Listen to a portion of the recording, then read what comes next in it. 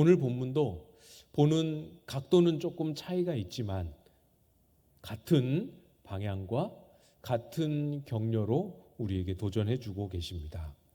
17절 말씀을 보시면 형제들아 너희는 함께 나를 본받으라. 그리고 너희가 우리를 본받은 것처럼 그와 같이 행하는 자들을 눈여겨보라.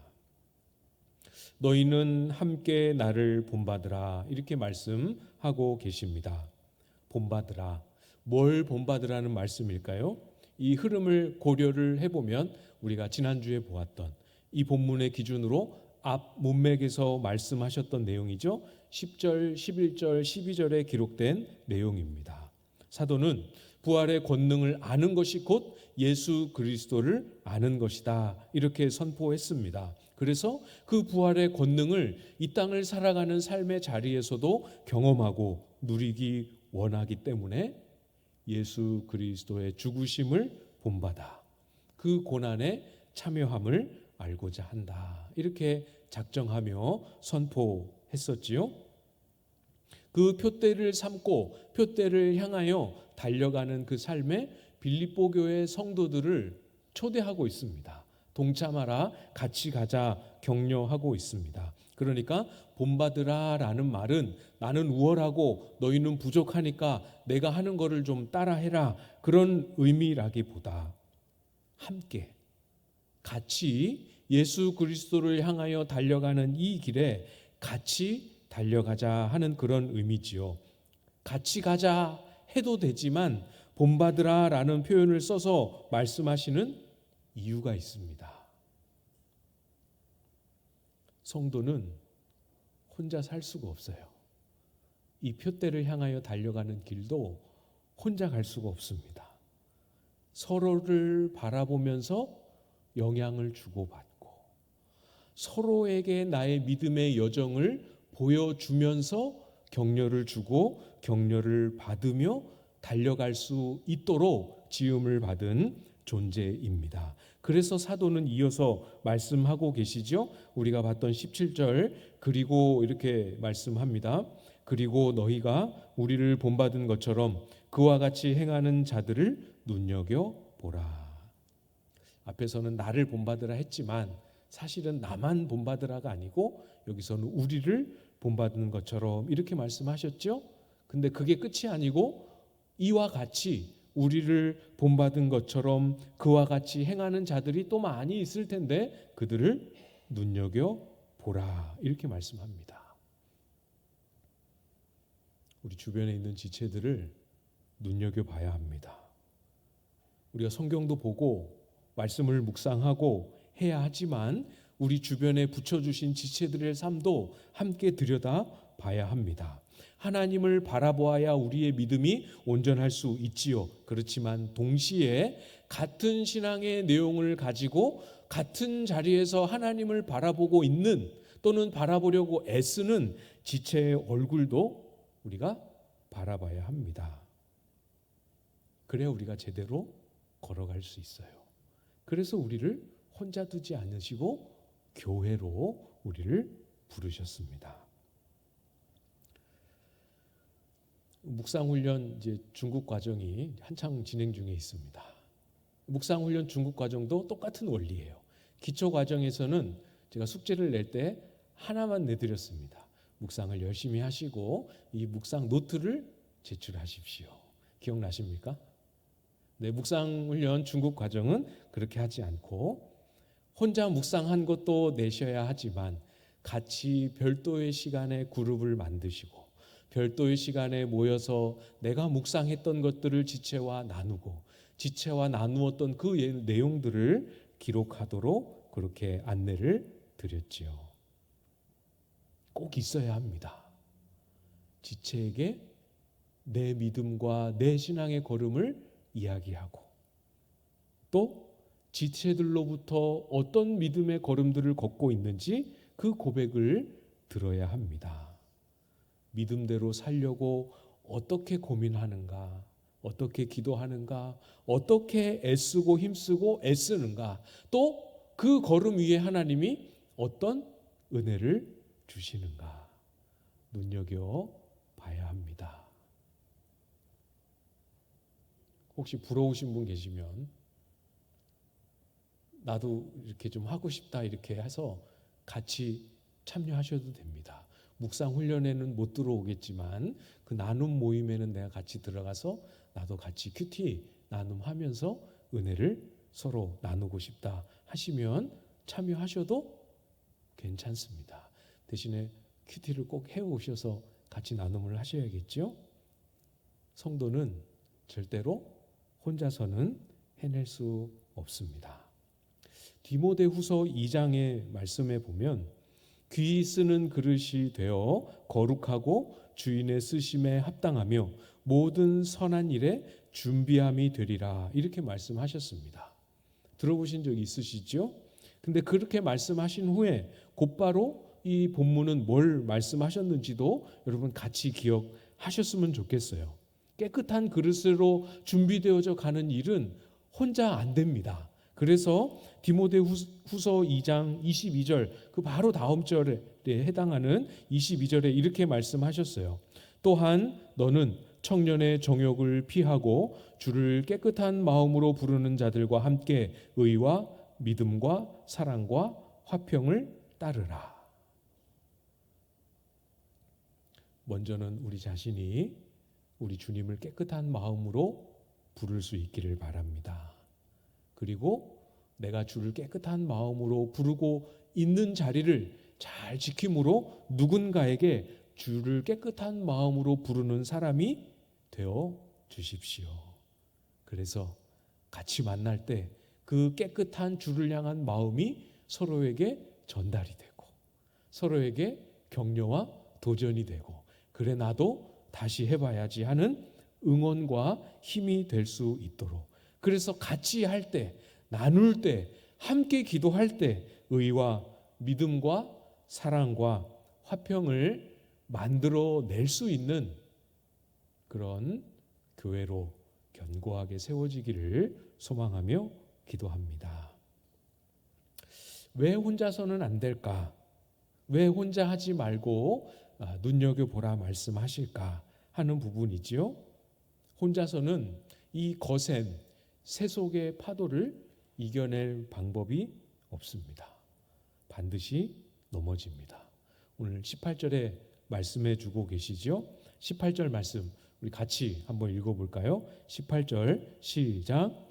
내가 여러 번 너희에게 말하였거니와 이제도 눈물을 흘리며 말하노니 여러 사람들이 그리스도의 십자가의 원수로 행하느니라. 사도가 눈물을 흘리며 말합니다. 십자가의 원수로 행하고 있다. 여러 사람들이. 여러분 여기서 빌립보 교회 성도들 가운데 십자가의 원수로 행하는 이 사람들을 믿음이 없었던 사람들이 아닙니다. 그렇겠죠? 교회 밖에 있는 하나님을 모르는 사람들을 의미하는 것도 아닙니다. 처음 같이 복음을 들었고 함께 신앙을 시작했던 빌립보 교회 성도들 중에 이런 사람들이 나오고 있는 것이죠. 빌립보 교회 성도들이 어떤 사람들이었습니까? 우리가 처음에 빌립보서 1장 할 때 봤지요. 첫날부터 이제까지 복음을 위한 일에 함께 참여했던 사람들입니다. 그걸 위하여 복음을 위하여 함께 고난도 받았던 사람들입니다. 그런 사람들, 그런 믿음의 출발을 가졌던 사람들에게도 이렇게 흔들리고 넘어지는 일들이 생기게 되는 것이죠. 여러분 아시지요? 세상은 성도들로 살아갈 수 있도록 가만히 놔두질 않습니다. 그러니까 잘 우리 자신을 세상으로부터 유혹으로부터 지켜내야 하지요. 빌립보 교회 성도들 중에 어떤 사람들이 도대체 어떻게 했길래 십자가의 원수라는 말씀으로 부르는지 보십시오. 19절 말씀입니다. 19절 그들의 마침은 멸망이요 그들의 신은 배요 그 영광은 그들의 부끄러움에 있고 땅의 일을 생각하는 자라. 그리스도의 십자가의 원수로 행하는 사람들이 어떤 모습인지를 말씀하실 때 제일 처음에 뭘 말씀하셨습니까? 먼저 그들의 종말, 그들의 마침에 대해서 먼저 말씀하셨습니다. 멸망이라고 선언하셨지요. 그들의 최후가 어떠할지를 먼저 말씀하심으로 우리에게 경각심을 일깨워 주고 계십니다. 두려운 마음을 가져야 합니다. 지금 눈앞에는 뭔가 있는 것 같고 된 것 같고 화려한 것 같아 보이 그런 외형의 모양에 속지 말라는 것이죠. 십자가의 원수로 행하는 그 길의 끝은 멸망입니다.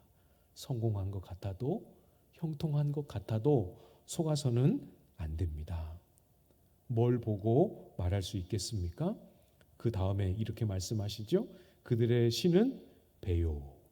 그들의 신이 배다. 이 배라는 말은 우리 이 배를 말하는 거 맞습니다. 그러나 이제 문자적인 의미보다 상징적인 의미죠. 우리의 욕심, 욕망, 육체의 소욕, 이것을 배라는 표현으로 상징해서 말씀하고 계십니다.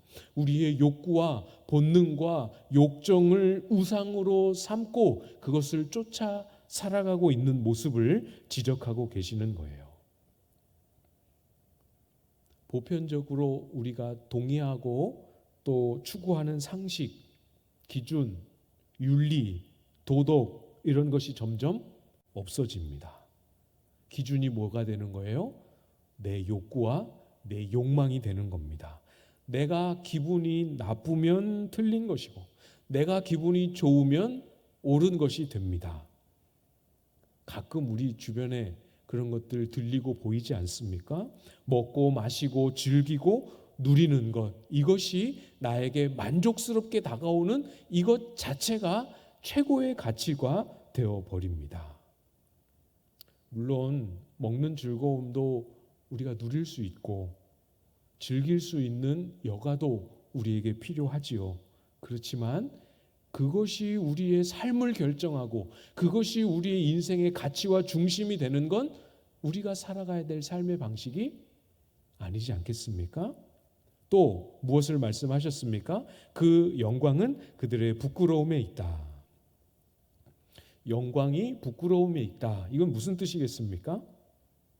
앞에 있는 그 부분처럼 욕망을 쫓아 살면 성경은 분명히 말씀하셨습니다. 멸망이다. 그 끝은 부끄러움이요 수치다. 이렇게 말씀하셨습니다. 그런데 그것을 어떻게 여긴다고요? 영광으로 여기고 자랑합니다. 부끄러운 일인 줄 모릅니다. 로마서에서도 말씀하셨죠? 로마서 1장 26절에 하나님께서 그들을 부끄러운 욕심에 내버려 두셨으니, 부끄러운 욕심에 내버려 두셔서 거기에 익숙해지고 길들여지고 부끄러움이 점점 무뎌지고 그렇게 살아가는 것을 자랑처럼 웃으며 이야기합니다. 또 로마서 1장 32절에는 이렇게 말씀하죠. 그들이 이 같은 일을 행하는 자는 사형에 해당한다고 하나님께서 정하심을 알고도 자기들만 행할 뿐 아니라 또한 그런 일을 행하는 자들을 옳다 하느니라. 자기만 행하고 자기만 영광 삼을 뿐 아니라 그렇게 행하는 사람들을 옳다 말하고 칭찬하고 부추깁니다. 처음에는 욕심에서 시작했습니다. 그 욕심을 따라 한 번, 두 번 욕심을 따라 행하는 것에서 시작되었습니다. 그렇지만 그것이 점차로 돌이켜지지 않고 반복될 때 영광을 삼고 자랑을 삼는 데까지 나아가게 됩니다. 그렇게까지 가면 완벽하게 땅의 일을 생각하는 완벽한 삶의 구조가 만들어지게 됩니다. 땅의 것만 추구합니다. 땅의 것으로 그냥 다 만족하고 끝냅니다. 땅의 것으로만 즐거워하고 그것을 얻음으로만 기뻐하는 것으로 인생의 의미를 다 결정합니다. 그렇게 삶을 살아가면서 겉으로는 하늘의 이야기와 성경의 이야기를 하면서 하나의 종교로 기독교 신앙이 변질되고 전락해 버리는 것이죠. 우리에게서 먼 이야기가 아닙니다. 잘 아시는 이스라엘의 왕 사울이 이스라엘의 왕으로 있을 때 하나님이 한 번은 선지자 사무엘을 통해서 아말렉 족속을 진멸하라 명령하셨습니다. 하나님 앞에 범죄했고 그 범죄에 대한 벌로 사울의 진멸이 이루어져야 하는 때가 된 것이죠. 어떻게 했는지 여러분 아시는 분들 계시죠? 사울 왕은 아말렉 사람과 아말렉 왕과 아말렉의 소유와 가축들을 진멸하지 않았습니다. 불순종했습니다. 아말렉의 가축 중에 하찮은 것, 쓸모없는 것, 병이 들거나 좀 살이 좀 마르거나 별 볼 일 없어 보이는 것만 진멸하고 좋은 것은 남겨뒀습니다. 욕심이죠. 그걸 딱 보니까 욕심이 생긴 거죠. 계산한 겁니다. 욕심에 마음이 빼앗긴 겁니다. 그래도 기회는 있어요. 이제 사무엘 선지자가 왔습니다. 들리는 그 동물들의 소리를 듣고 묻습니다. 그때라도 인정하고 고백했으면 됐는데 제가 욕심의 마음이 빼앗겨서 진멸하지 못했습니다. 제가 하나님 앞에 불순종했습니다. 이렇게 했으면 되잖아요. 그죠? 사울만 그런 게 아니라 정말 많은 사람들이 그렇게 안 합니다. 제가 하나님 앞에 범죄했습니다. 이렇게 고백하지 않습니다. 우리가 오늘 본문에서 살펴보고 있는 욕심에 한 번 넘어지고 두 번 넘어지고 하는 데서 그 다음 수순으로 넘어갑니다. 뭡니까? 그 다음 수순이? 그때 사무엘의 선지자 앞에 사울 왕이 이렇게 대답했습니다. 여러 긴 표현들 중에 이 부분을 우리가 잘 주목해 봐야 돼요. 여호와께 제사하기 위하여 남겨두었다. 여러분, 이유가 필요한 게 아닙니다. 사무엘이 왜 안 죽였습니까? 라고 이유를 물어본 것도 아닙니다. 여호와께 제사하기 위해 남겼다. 그러자 사무엘이 말을 다 끊고 내가 하나님의 말씀을 다시 전하겠습니다 하면서 쭉 설명합니다. 이것이 죄임을 설명합니다. 그 후에도 자신의 허물을 인정하지 않고 똑같이 고백해요. 여호와께 불순종한 게 아니고 여호와께 제사하기 위하여 남긴 거다. 나는 하나님의 명령에 따랐다. 이렇게 말합니다. 이걸 뭐라고 부릅니까? 핑계라고도 부르고 합리화라고도 부르죠. 이렇게 하면서 우리는 땅의 일을 바라보고 땅의 일을 정당화시키고 땅의 일을 생각하면서 살아가는 삶의 내용들을 우리의 인생에 구축해 나아가기 시작하는 거죠. 여러분, 하나님의 말씀이 명확하고 그 말씀을 알고 있음에도 불구하고 그 하나님의 명확한 말씀 앞에서 내 욕망을 선택하고 내 욕심을 선택하고 나의 호불호를 따라 그것을 선택하고 주장했던 그 순간들이 우리의 삶에 얼마나 많습니까? 생각나십니까? 주님이 우리에게 주신 그 부르심 앞에서 부끄러운 일을 부끄럽게 여기고 하나님 앞에 애통하며 엎드리지 않고 그럴 수밖에 없었다는 이유를 자꾸 찾으려고 하고 스스로의 마음에 이렇게 해도 괜찮다라고 말할 만한 근거를 찾으려고 하고 심지어 이렇게 하는 사람들과 나를 같이 엮으면서 다 이렇게 하더라 하면서 자랑 삼으려 했던 그런 순간들 있지 않으십니까? 혹시 생각나십니까? 돌이켜야 합니다. 돌이키십시오. 우리가 넘어질 수 있습니다. 넘어질 수 있습니다. 거기서 돌이키면 됩니다. 넘어지는 그래서 오늘 본문에 드러나는 그러면 내가 십자가의 원수로 행했단 말인가 하는 모습들이 보인다고 해서 영원히 나의 삶이 끝난 것 아니니까 주님 앞에 다윗처럼 사울처럼 하지 말고 다윗처럼 내가 여호와께 범죄하였느니라 하며 주님 앞에 고백하고 돌이키십시오. 자비하신 우리 하나님은 틀렸으니까 끝났다라고 하지 않으시고 우리에게 기회를 주시고 다시 초대하고 계시지 않습니까? 다시 우리를 부르신 그 부름의 상을 위하여 달려가라 우리에게 말씀해 주시지 않으십니까? 부름의 상이 잘 안 보이고 달려갈 힘이 잘 안 생겨 내 마음이 그렇게 무겁다 할지라도 여러분, 우리가 서두에서 보았던 것처럼 그와 같이 행하는 자들을 눈여겨보며 힘을 얻고 격려를 나누며 달려가십시오. 그렇게 할 때 다시 보여주십니다. 잘 안 보였던 부름의 상이 보이게 될 겁니다. 나의 삶에는 없는 것 같았던 표대가 조금씩 선명해짐을 경험하게 될 겁니다. 어떤 마음이신지 굉장히 궁금합니다.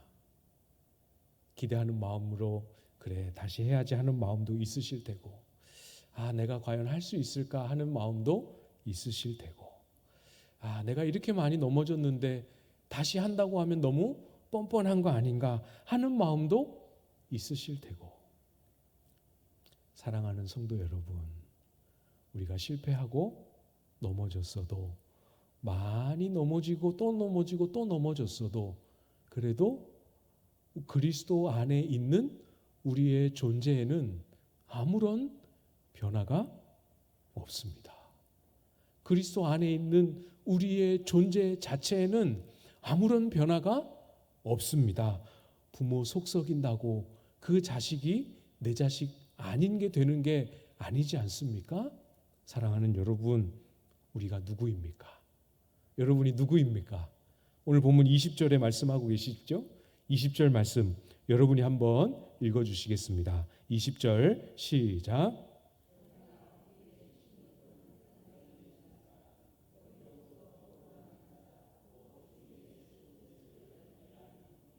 아멘. 우리는 이 땅을 살지만 우리의 소속이 여기에 있지 않습니다.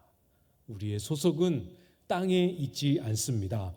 우리는 아무리 이 땅을 사는 동안 이리 휘둘리고 저리 휘둘리고 있는 것 같아도 불순종의 아들들 가운데 역사하는 영을 따라야 하는 그런 존재가 아닙니다. 육체의 욕심을 따라 지낼 자들도 아닙니다. 우리의 시민권은 하늘에 있습니다. 생명책에 이름이 기록되어 있고 우리의 소속은 하나님이 예비해 놓으신 하늘나라입니다. 이 땅을 살지만 이 땅의 법에 종속되지 아니하고 그 나라 법, 우리가 속한 그 나라 법, 하나님 나라의 은혜의 질서에 지배를 받고 있습니다. 그렇죠? 이 땅을 살지만 우리는 우리의 본향인 하나님 나라가 주는 그 자원으로 살아가고 있습니다.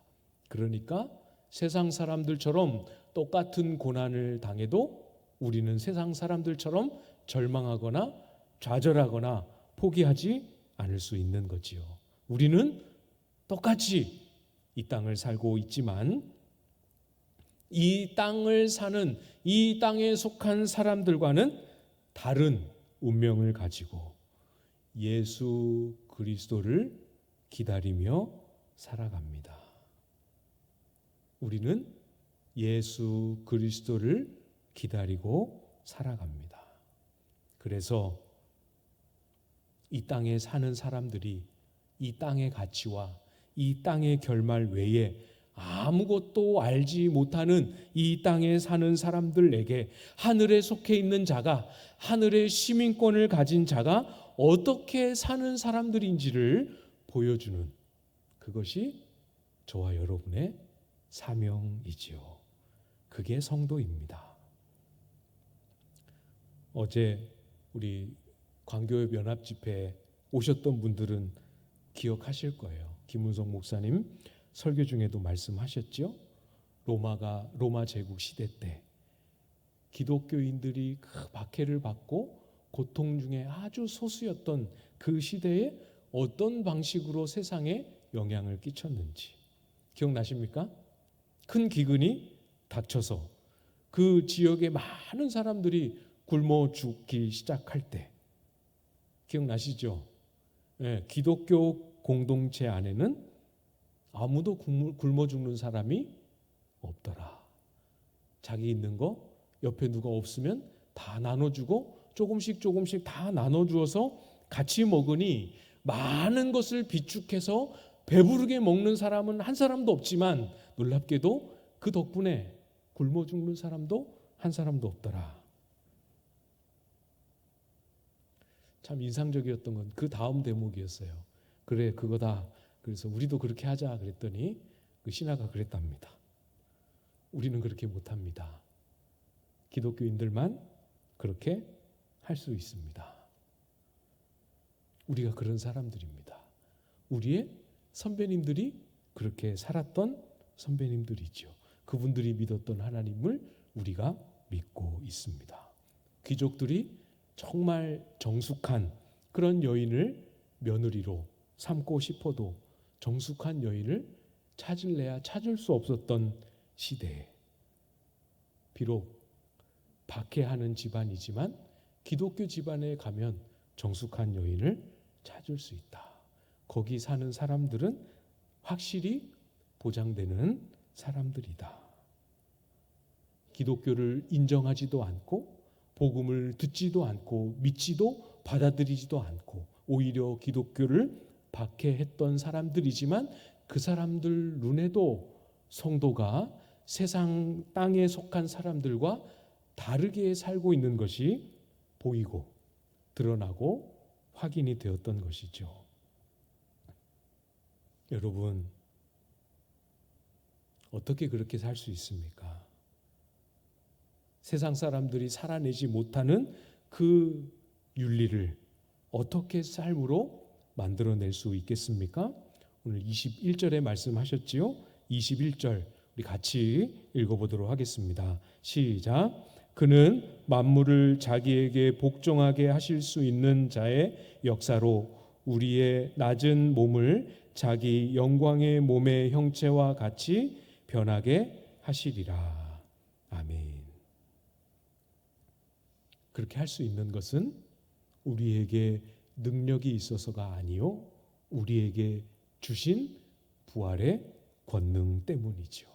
부활의 능력을 맛보고 부활의 능력이 우리 속에 어떻게 피어나는지를 알기 때문에 그렇게 살 수 있는 것입니다. 부활의 권능을 소유했기 때문에 땅의 것을 위하여 살지 않기 때문에 그리스도를 죽으심을 본받아 고난에 참여하기 때문에 그런 삶을 살아낼 수 있는 것이죠. 결국에는 만물을 복종하게 하시는 하나님의 역사로 저와 여러분 속에 부활의 영광을 입히실 그 소망을 가지고 있기 때문에 오늘 우리가 잃어버려도 오늘 우리가 핍박을 받아도 오늘 우리가 손해를 받아도 견뎌낼 수 있는 삶의 중심이 저와 여러분에게 있는 것 아니겠습니까?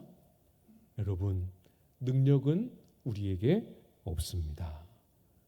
그러니까 우리도 똑같이 하늘로부터 임하실 그리스도의 구원의 능력, 그리스도의 부활의 권능 신뢰하고 같이 기다립시다. 할 수 있습니다. 그런 거 없어요. 그런 거 안 될 거예요. 그냥 하던 대로 하면 좋겠습니다.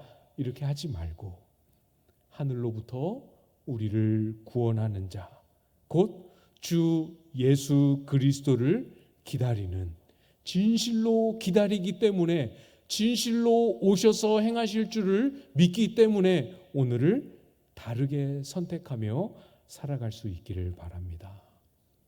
그래서 우리가 부족하지만 그래도 이 땅을 사는 동안 우리의 남은 인생의 여정 동안 우리의 가족들에게 또 우리의 이웃들에게 은과 금은 내게 없거니와 내게 있는 이것을 내게 주노니 하면서 우리에게 있는 은과 금보다 더 귀하고 값진 나사렛 예수 그리스도의 이름을 나누어 주고 증거할 수 있는 그 이름의 권세와 그 이름의 능력을 나누어 줄 수 있는 저와 여러분들 다 되실 수 있기를 주님의 이름으로 축복합니다.